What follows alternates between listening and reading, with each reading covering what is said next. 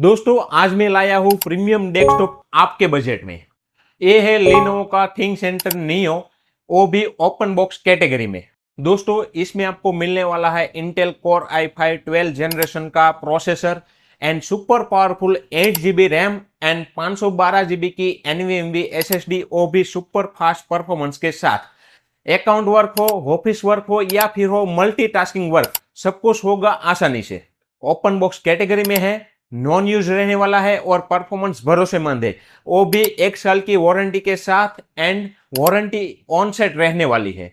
दोस्तों पोर्ट्स की बात करें तो यहाँ पे हमें फ्रंट साइड में देख सकते हो कि 4 USB पोर्ट मिल जाते हैं एंड एक टाइप सी पोर्ट मिल जाते हैं, और बैक साइड में भी हमें 4 USB पोर्ट देखने को मिल जाते हैं, और डिस्प्ले आउटपुट के लिए हमें DP पोर्ट, VGA पोर्ट और HDMI पोर्ट भी मिल जाता है।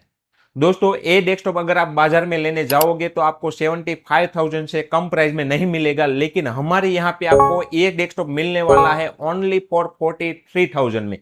स्टॉक बहुत ही लिमिटेड है, तो आज ही हमें DM करें या फिर कॉल करें, और ऐसी बेस्ट अपडेट के लिए हमारे पेज को फॉलो करें।